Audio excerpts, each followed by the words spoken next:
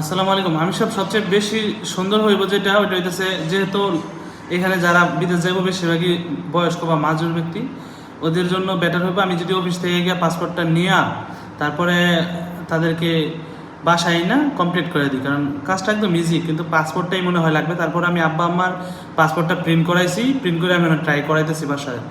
আমার ওয়াইফ আছে, আমার ভাই আছে, ওরা ট্রাই করতেছে। যদি হয় তাহলে এইভাবে করবো, আর যদি না হয় তাহলে পল্টন অফিস থেকে পাসপোর্টগুলো আনায়া বাসায় কমপ্লিট করাবো এটা।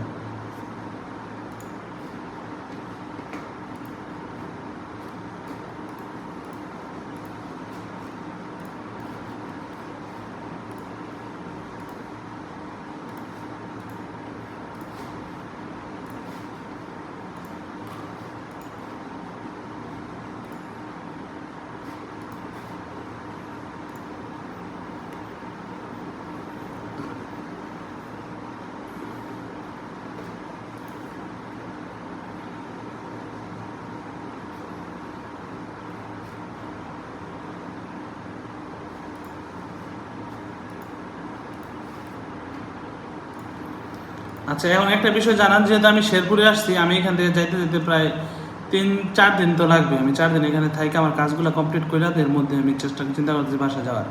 এখন যদি আপনি বলেন যে হ্যাঁ 4-5 দিন সময় আছে, তাহলে আমি রিল্যাক্সে বাসায় যাওয়া আপনার অফিস থেকে ডকুমেন্ট নিয়ে তারপরে আমি কাজটা কমপ্লিট করবো। আর যদি বলেন যে না এতদিন সময় নাই, তুমি দ্রুত যাও, তাহলে আমি না যাও হয়তো অন্য লোক পাঠাই, আমি চেষ্টা করব ওদের মাধ্যমে আপনার অফিস থেকে পাসপোর্টগুলো রিসিভ করে আনা এবং পাসপোর্টের এগুলো আপনার অফিসে পৌঁছে দেওয়া যে কোনো থ্রুতে।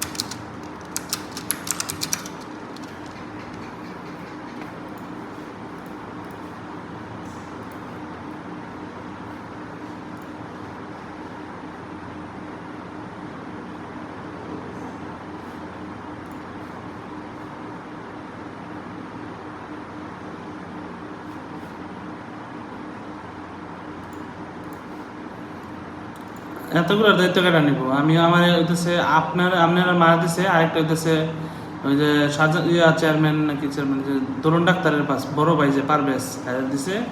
আর এই মহিলা ছেলে এটা আমি চিনি না, এটি এলাকারই মনে হয়, আমি এলাকারই বা দুইখান্তি বাড়ির ভিতরে।